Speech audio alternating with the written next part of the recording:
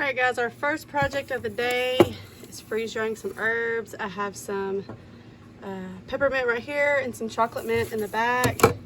And then these three are just full of basil that we just picked this morning. We have a couple projects today that we are going to be doing, and I'm going to take you guys along with me. Alright, our next project this morning, I have a small basket of cucumbers that I've been collecting over the last few days. I just picked some fresh dill, and these are some of the garlic that we've harvested that are smaller. So instead of wasting them, I'm just going to use these little bits and pieces in with making some pickles, and I'll show you guys how I do that. And our next project for the day are, I have 3 gallons of green beans right here. I probably have another gallon out in the garden that needs to be picked. We're going to go ahead and get these canned up. When the pickles get out of the canner, I will have these in jars ready to go, and then we will pressure can. So I'll show you guys how to pressure can as well. Okay, so I use a very basic pickling recipe. I use the same recipe for pickled eggs, for pickles, for pickled beets, anything like that. It's just easy for me to remember. So I do a 1-to-1 ratio of vinegar and water, and the way I remember it, it's 1-to-1-to-1, but that last one's not a cup. So if I do a cup of vinegar and a cup of water, I do 1 tablespoon of salt, and we use Redmond's real salt. We get that in bulk from a Mennonite grocery store, and I really enjoy this pickling ratio to pickle anything. So it's really easy to remember. I don't have to keep a whole bunch of different cookbooks for it. And I'm gonna go ahead and get I'll do 3 cups of water, 3 cups of vinegar, and 3 tablespoons of salt. And I will get this heated up on the stove. And while that is warming up and the salt is dissolving, I'm gonna go ahead and cut the cucumbers up, and I'll show you how I'll put everything in the jar. Okay, so we have our garlic in the bottom. We have some fresh dill in here. And I had one of my big helpers go out and pick me some raspberry leaves. These have tannins in them. You can use grape leaves, raspberry blackberry leaves, oak leaves, anything with tannin. I know pine needles have tannins in them, but that might make an off flavor. So all I'm going to do is I'm just going to take this and kind of roll it up and just stick it in my jar. And I might put 2 of them in there. I might go ahead and just put 2 of them in there. And then I will show you what my jars look like before I put them in the canner. The reason I put these leaves in here, anything with a tannin in it, you can use pickle crisp too. It just helps keep the pickles crunchy so that they don't get so soggy. Afterwards, my boy was like, "Why are you putting those in there?" And I was like, "Well, I guess I should probably tell him why I'm putting it in there." It's just to try to help keep the pickles more crunchy instead of getting so mushy. But even if they do get mushy, it'll be fine. I'll chop them up and use them for relish or something like that. All right, we have 4 jars. I thought we would have 3, but it ended up being 4, so I may have to do another cup or 2 cups of the mixture. But all I'm gonna do here, let's see if I can do this while I hold the camera. I'm just gonna ladle my mixture. Don't look at my dirty sink. When you work in the kitchen, you make lots of dishes. And I'll just ladle all of this hot mixture in with my cucumbers. Something else I'm gonna do is you always wanna come through here and stick something down in the side. Always use a butter knife. And you see those air bubbles coming up? You want to make sure you get all your air bubbles out. Because as you can see, as these air bubbles come up, I'm losing some water on the top. This was completely covered, and now it's not. So I want to add a little bit more water to that to make sure everything's completely submerged. Alright, and all I'm going to do now is I'm going to go through and wipe all of my jars down. Make sure there's no sticky salt on there. and check for any cracks, which I already have. You always want to run your finger over them and make sure there's no cracks or chips in anything. And then I always use brand new lids because when I take my lids off, they bend. So I'll reuse the lids on things that aren't canned. Like if I want to use dried foods or something like that, then I'll reuse them. But as far as canning goes, I always use a new lid. I'll reuse my rings because I take my rings off whenever we're done, and I'll show you guys the next step. All right, we have our cucumbers in the canner. I'm going to turn the heat on high, and as you can see, the water is completely covering my jars. I don't have a water bath canner. I used to have one, but I got rid of it because there's just no need in having such a big pot take up space, and I can use this for the same purpose. So I just use my pressure canner to water bath in too. I actually don't water bath can very often. I mainly pressure can everything. And that's just because that's what I prefer. I don't like to add things to, I like my tomatoes, I don't like to add things to it. I just like it to be tomatoes and salt. So if I pressure can it, then I don't have to worry about adding anything to it. But jams, jellies, and pickles are things that I will water bath can. And so yeah, this is a really, really easy way to preserve some food, to get some pickles. And you hear in life people talk about surviving and thriving, and these technically aren't something to eat to survive, but it is something to help you thrive because it does make foods taste good. So we like to eat pickles with hummus, like hummus and homemade sourdough crackers with pickles on the side. Chop it up and use it as relish in a potato salad or an egg salad. It obviously just makes things taste better. If you guys want to know how to do a real fermented pickle, like a barrel pickle, let me know. We have a lot more cucumbers that will be coming in. This is just the first batch that I'm doing for pickles. The kids have already eaten a ton of fresh cucumbers, so I'll do spears. I'll probably pick some smaller cucumbers and do like just the baby pickles. But if you want to know how to do a real fermented pickle, if that's something that you guys are interested in, then let me know and I can do a video on that. And I'm going to let these water bath. I'm just going to bring them up to a boil, and whenever it's boiling really good, I'll start the timer and they will can for 15 minutes. I will turn the heat off and let them sit for probably, I don't know, 5 or so minutes. I'll take them out, and I will actually use the hot water from this pot to wash my sink full of dishes that have accumulated over the morning from breakfast and just getting things ready. And when these come out, I will show you how they look. All right, and our pickles have now come out of the canner. You see the color change and everything.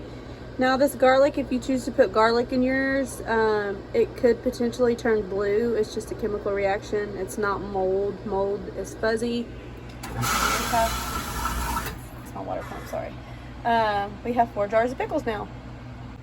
All right, and our last project for the day is canning green beans. You saw the 3 gallons of green beans. It gave us almost 13 pints. One of the kids, they're running out to the garden right now. I told them to grab me 6 green beans so I can finish the rest of this off. I typically don't can food in pint jars. I think it's wasteful for my lids.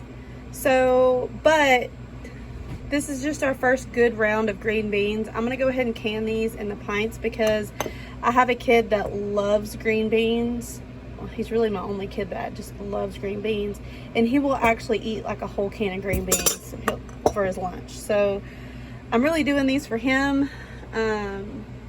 So these will be the only green beans I do in these pint jars. but we're gonna pressure can these. I'm going to put 1 teaspoon of our Redmond salt in each jar.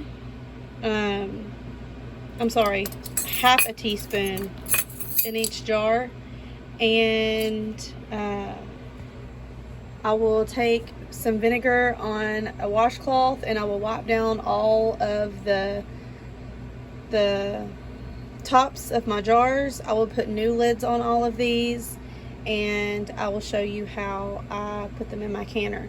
I have a 23 quart Presto canner, so I can double stack my pints in my pressure canner instead of just doing the 9 that fit in the bottom. I can actually do 18 in there. I don't have 18 in there right now, obviously going in, but I'll show you that once I get everything in there. All right, I've already done it, but don't forget to come through and wiggle all the air out and make them all come to the top. So my canner can hold 5 more jars of these pints, but like I said, I really don't like using pints. It's just not feasible for us. For a meal, for us, for a vegetable side, I'm going to use say a quart of green beans and a quart of potatoes. I don't want to use 2 pints of green beans and 2 pints of potatoes because I'm going to go through double the lids. And I have a lot of quart jars. I don't have as many pint jars. So I really want to save my pint jars for things like salsa later on in the year. So yeah, I'm going to wipe my lids down, or my jars down, put my lids on, and I'll show you guys the next step. All right, so we have our lids and rings on. When you pressure can, there's no purpose in adding salt or sugar to something to preserve it. It does when you water bath can, but I prefer to go ahead and put salt in my food when I pressure can, so that way later I don't have to add more salt when I make something. So say this winter I want to make a vegetable soup. I want to throw in a can of deer meat, a can of green beans, a can of potatoes, and a can of carrots. And everything already has salt in it, so I can go ahead and just throw it in on the wood stove, heat it up, and I don't have to worry about it. And if it does need a little more salt, then someone can add it to their bowl, but it's ready to go. It's just ready to eat. So if you're curious about that, salt actually does not do anything as far as preserving food whenever you pressure can it. I could put my meat in there and just pressure can it with my meat. I could just put these green beans in there, or pinto beans, or whatever, and it would preserve it just fine as long as you have a correct seal. Okay, this step, do your own research. You don't have to do as I do. I'm just showing you what I do because I keep forgetting to order one of these. This is actually what goes in the bottom of my pot, but you need 2 of these when you layer. And I want to use this as my middle layer to have, so that way it's sturdy. So what I'm gonna do is I'm gonna come through and put my bottom layer in here of my green beans. And then after that, I'll show you the next step. So I have my 9 jars in the bottom. I'm going to put my divider in, and I have 4 more jars that I'm going to set on top and layer that in there. If you're, excuse the noise, the pump on the freeze jar just kicked on, so it's going to be a little loud. I was trying to beat it, but I didn't. Okay, if you are not doing a double layer of this, if you just have a smaller pressure canner, then this thing right here is what's going to be at the bottom of your pressure canner. You don't have to put the rings in the bottom. I need to order one of these and put it in the bottom, and then have an extra one of these for a middle shelf. But I do this because it works, and I've put rings in the bottom of a pot before to water bath can tomatoes because I didn't have a canner and I had to make my own. But just in case that confused anybody, this is what comes with your canner, and it's what goes in the bottom. I just need another one of these, so I use the rings in the bottom. Okay, so when you pressure can, when we water bath canned the pickles, we had to cover the whole jar up to create that vacuum. On this, you don't have to do that. Read your instructions for your canner, but I put a quart of water in the bottom of my canner whenever I pressure can. And I've already put that in there.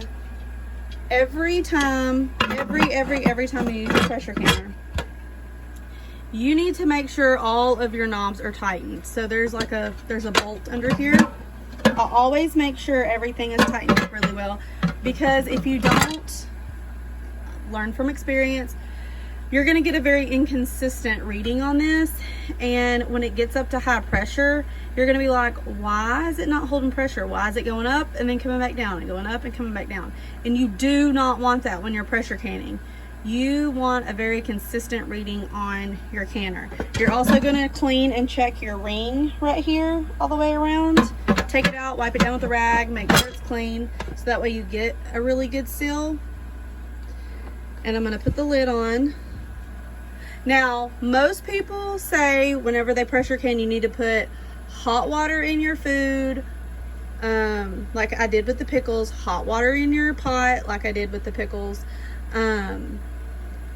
But I found that I don't have any trouble as long as the same temperature water I put in my food is the same temperature water I put in my canner.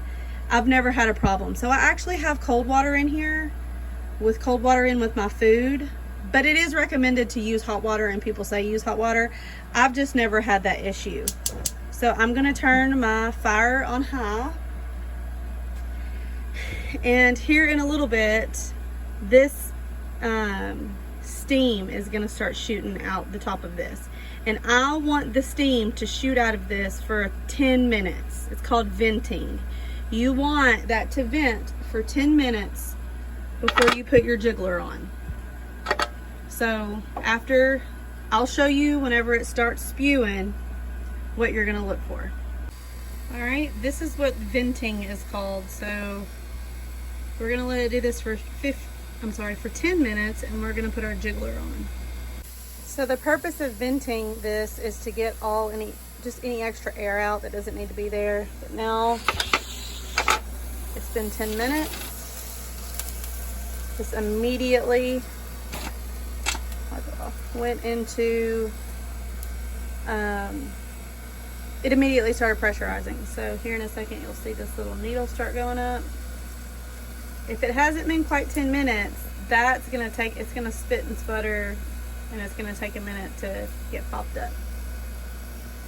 But we'll watch.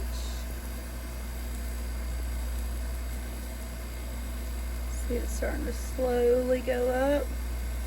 Now, we are in the Ozarks of Arkansas, and the elevation is gonna be, or your pressure for your elevation is gonna be around 10. I need to order another. This is a 15-pound jiggler, so I've just been canning at 15 pressure. The higher your elevation, the more pressure you're gonna need to pressure something at. My old canner, actually the weights, it came with adjusted weights. This one didn't, it just came with a 15-pound weight, so I need to order one that I can change the poundage on. They're like $10 on Amazon, I just haven't done it yet. I'll order the weight and the shelf for this at the same time. But it'll take a minute to get there, and when it gets to 15 pounds of pressure, this thing will start talking to me.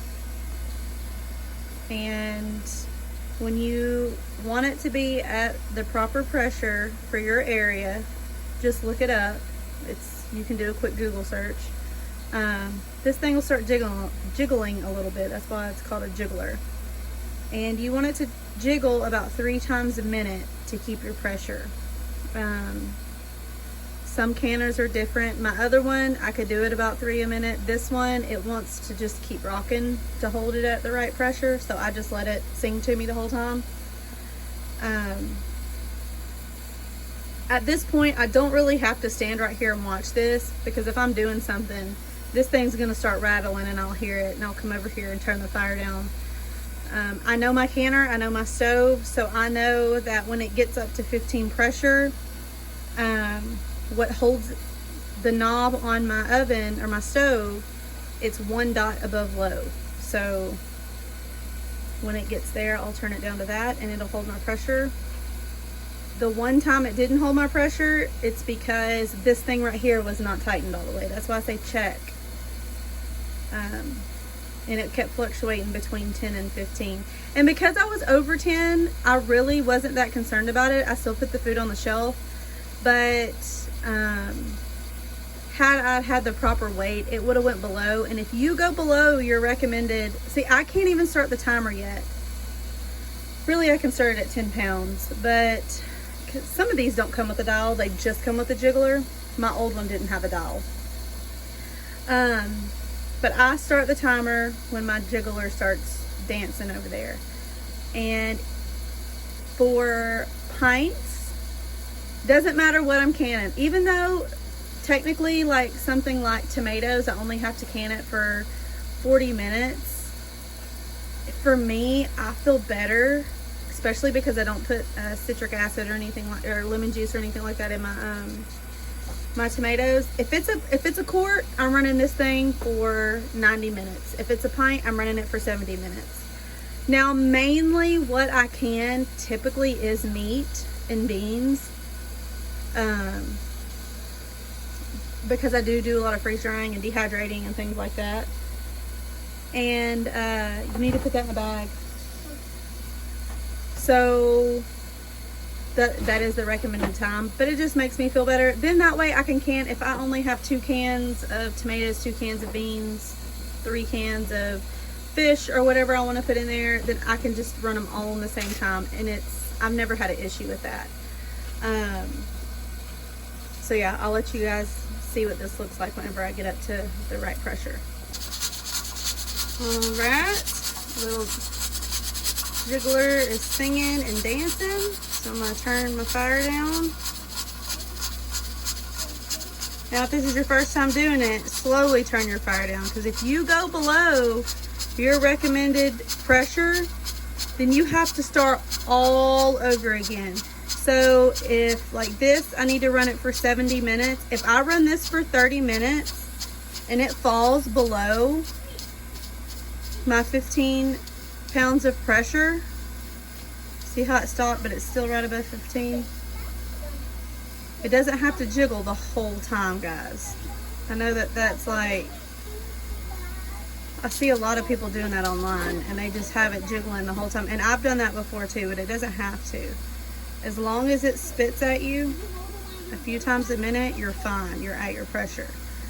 And if you don't have a gauge, I understand why having that constant sound, because if you do fall below that pressure, if I'm 30 minutes into this, then and it goes below my pressure, then I have to start my timer all over again. And that was 30 minutes of propane wasted, time wasted. It has to be above that pressure for 70 minutes and 90 minutes for quarts. 70 minutes for pints, 90 minutes for quarts. And I'm playing with my pressure here. So if you need it to jiggle like this the whole time, you can see I'm above 15. It's gonna jiggle if it like that if it goes above 15. If that's what you need for peace of mind, it's not gonna hurt anything. I still have a long way to go till I get to my caution, and I have a quick release plug back here, so that way if it does get to that caution, that plug back there is immediately gonna blow. If you purchased a pressure canner from the thrift store, take it to your local extension office. They will test it for you. But if you find a really old one and it doesn't have a safety plug on it, don't use it. Just pay the $60 at Walmart and get a new one. It's not worth it for a good deal whenever you're using something like this. So this started, I'm gonna just start the time now. It says 3:08. So in 70 minutes, I will show you guys what I do. All right, so as you can see, We are actually 10 minutes past. We're actually 80 minutes in. I didn't make it in time for 70 minutes, but that's okay. It's not gonna hurt anything. I'm gonna turn my fire off. And I'm gonna leave this here. I'm not gonna touch anything for a long time. When this little button goes down, I'll take this little jiggler off, put it to the side. I'm still not gonna open the top. I'm gonna let it sit here for a couple of hours. If I take this out right now, my jars could bust or my lids could potentially not seal. Although I will say, and I think some of you may find this odd, I prefer the Golden Harvest lids. The Dollar General used to carry them, and now they've switched to a new brand, but I've seen Walmart start carrying them. Excuse me. And I've never had, that I can recall, I've never had a lid not seal with that brand, and I've never had one of their jars bust either. But with my ball lids, I have had multiple issues with them sealing. So you saw the brand that I used earlier. But to avoid that, I'm really cautious that I do not pull my jars out of my canner into the room temperature, because the temperature fluctuation can either bust your jars or prevent your lid from sealing correctly. So as you can tell, it's going to take a while for the pressure to come down, and then after the pressure comes all the way down, this little button will drop. I will take the jiggler off. You could leave it on. Usually I would leave this overnight and just take my jars out, and I may actually still do that. But if everything's pretty well cooled off by the time I go to bed, I'll probably just take these out whenever I go to bed and while I'm sleeping, they can seal. And the ones that are not sealed up, if there are any, we'll just eat on them tomorrow and the next day. I'll put them in the refrigerator. All of them that are sealed, we'll get all of our jars cleaned up, and we will I'll show you how to do that. We'll get all of our jars cleaned up and we'll get these on the shelf. All right, you see our pressure is down to 0 and our little button has fallen down. I'm just gonna take this off. It's been a little over about an hour, and I'm just gonna leave it here until I go to bed, and then we'll take them out before bedtime. All right, everybody, I just took the lid off. It's only been a little while, but I really do need to move this because I'm trying to cook supper. But I wanted to show you guys, these technically may not be boiling, because even when they cool off, they'll still do this, and they won't even be hot to the touch. But the pressure and the vacuum that it has on it, they'll keep doing this for a while. But I'm going to get these out of the canner and show you guys what it looks like. All right, we just took them out of the canner, and we have our jars. Some of these you can already see they're starting to, actually I think all of them have a suction on them, and they're pretty sticky because when you pressure can, some of the liquid will come out of it. But these guys are pretty much cooled, but they're still kind of warm.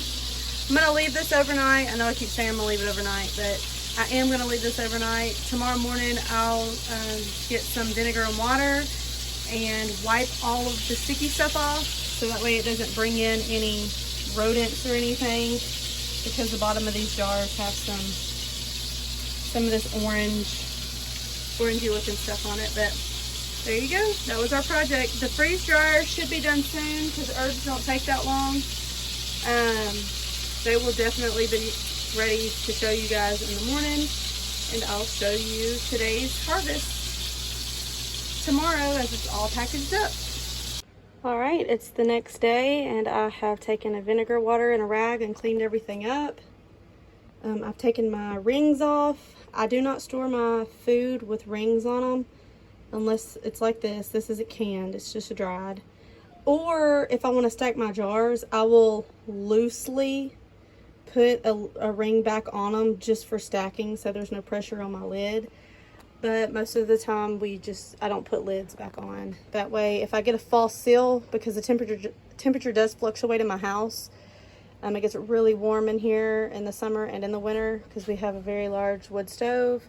And then between getting hot and cool, I don't want to have a false seal. So if I keep my lid really tight on here, it may stay pressed down but not be sealed. But if I don't leave my ring on it, sorry, that's my water pump, then it will pop up. So we have 4 quarts of pickles, 13 pints of green beans, and I have basil. Usually when you freeze dry things, it stays the same size, but herbs do shrink down as if you dehydrated them. I like having my herbs and things freeze dried because it keeps most of the, well, if you freeze dry anything, it keeps 99% of the nutrition in there. But it keeps the flavor too. So whereas dried basil isn't really that strong, this freeze dried basil is very strong. I have some chocolate mint right here, and then I just have some peppermint right here. This winter, I'll use these for teas if we have an upset stomach, if we have a cough or anything like that. This we'll use for medicinal and culinary uses. Basil's very good if you have a fever. So we'll make a tea out of it. We may take some broth and put some of these basil leaves in there to drink if we're not feeling well. And if we're stuffy or something like that, we'll have the mint. So if you guys are interested in more preserving, leave me a comment, let me know if there's anything in particular you want to know about preserving, whether it be canning, fermenting, drying. If you want to know the herbs that I'm drying and what I use them for, let me know in the comments, and then I'll make a video on that. Y'all have a great day. Side note, save your empty jugs. You can fill these about 3/4 of the way with water and stick them in your freezer. And if your freezer goes out, you have extra jugs of not only water in there if you need water, but that ice will keep your things cooler for longer, especially with it being summertime.